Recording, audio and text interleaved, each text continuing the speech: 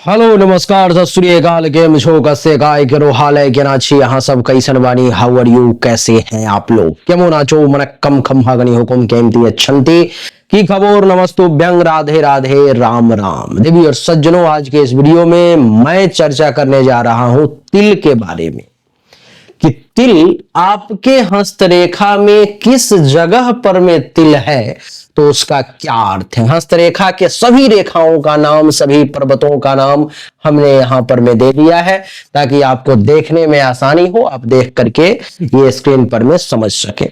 आइए आज के इस वीडियो में एक एक रेखा के बारे में, एक एक जगह पर में तिल के बारे में चर्चा करने की कोशिश करेंगे। तिल जो है, बिंदु जो है, हमारे हाथों में एक बहुत महत्वपूर्ण स्थान रखता है देवी और सज्जनों। और आपकी जानकारी के लिए बता दूं कि अगर किसी के हाथ पर में सफेद रंग का तिल है तो वो तो हमेशा उन्नति का कारक ही माना जाता है, हमेशा वो व्यक्ति आगे ही बढ़ेगा। लाल रंग का अगर तिल है, बिंदु है, तो ये समझना चाहिए कि उसे बीपी की बीमारी होगी और भी बहुत सारी खून से संबंधित बीमारी उसे परेशान करेगी। अगर किसी के हाथ में पीले रंग का तिल है तो पीला रंग का तिल जो है शरीर में रक्त की न्यूनता को, कमी को दर्शाता है। सबसे ज्यादा महत्व दिया जाता है काले रंग के तिल का। और काले रंग का तिल आपके बॉडी में कहां पर में है, किस जगह पर में है, ये बड़ा महत्व रखता है। काला रंग का तिल लक्ष्मी का प्रतीक होता है, पैसों का प्रतीक होता है। जिस व्यक्ति के हाथों में तिल हो और वो अगर मुट्ठी बंद करने पर में मुट्ठी के अंदर आ जाए तो ये समझना चाहिए कि जीवन में जब वो पैसा बनाएगा तो बहुत पैसा बचा पाएगा। और अगर मुट्ठी बंद करने में अगर वो तिल अगर बाहर चला जाए तो ये समझना चाहिए जो वो पैसा बचा नहीं पाएगा। कितना भी पैसा कमा ले उसके पास स्टॉक नहीं होगा। आइए एक एक करके सभी पहलुओं पर में चर्चा करें और जानने का प्रयास करें कि कैसा रहेगा। यदि काला तिल देवी और सज्जनों गुरु पर्वत पर में हो, गुरु पर्वत यानी कि आप देख लें कि आपके हाथों का ये भाग, यहां पर में अगर काला तिल है गुरु पर्वत पर में, तो महर्षि कहते हैं कि जिस व्यक्ति के गुरु पर्वत पर में काला तिल हो उस व्यक्ति के विवाह में अड़चने आती हैं, उसको बदनामी उठानी पड़ती है, साथ ही उसे धनहानि का भी सामना करना पड़ता है। ऐसा व्यक्ति अपनी सोच, अपने ध्येय में जल्दी सफल नहीं हो पाता है। अर्थात गुरु पर्वत पर में यहां पर में तिल का होना तर्जनी अंगुली के नीचे अच्छा नहीं है। कहते हैं कि शनि क्षेत्र पर अगर काला तिल हो तो प्रेम के मामले में उसे बहुत बदनामी का सामना करना पड़ता है। जिस व्यक्ति के शनि क्षेत्र में यानी कि इस बीच वाली अंगुली में यहां पर में अगर काला तिल है तो उस व्यक्ति को जीवन में बदनामी विशेष होगी, बदनामी का ज्यादा सामना करना पड़ेगा, वो भी प्रेम के मामले में। पति पत्नी में परस्पर हमेशा कलह बना रहेगा और दोनों में से एक अग्नि में जलकर आत्महत्या कर लेगा। क्या है ये? अगर शनि पर्वत पर में है तो अगर आपके में है तो इसका फिर समाधान है, उपाय है। अगर है तो आप संपर्क करें, मैं आपको उसका समाधान बताऊंगा।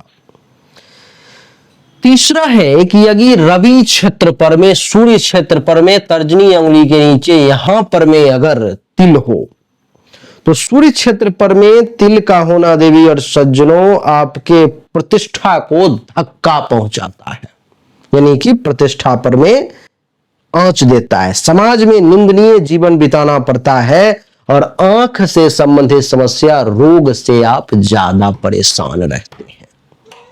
अगर बुध क्षेत्र पर में यहां पर में अगर तिल है छोटी अंगुली के नीचे तो क्या होगा?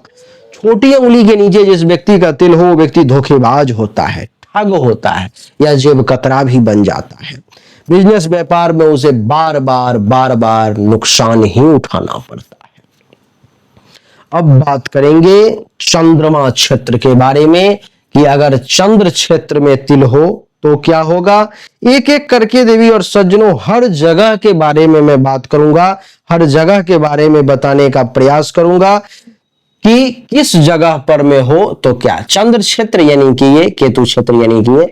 पहले चंद्र क्षेत्र के बारे में बात कर लेते हैं। इस जगह पर में अगर हाथों से जस्ट नीचे से ऊपर अगर यहां पर में अगर आपको तिल हो तो क्या होगा।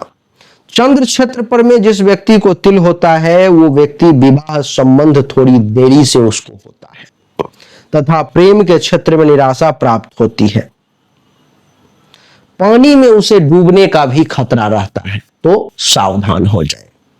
केतु क्षेत्र यानी कि यहां पर में जिस व्यक्ति को तिल हो, ये जो वासना रेखा दिखाई दे रही है इसके नीचे यहां पर में अगर किसी को तिल हो तो केतु क्षेत्र में जिसका तिल रहता है वो व्यक्ति बचपन में बीमार ज्यादा रहता है।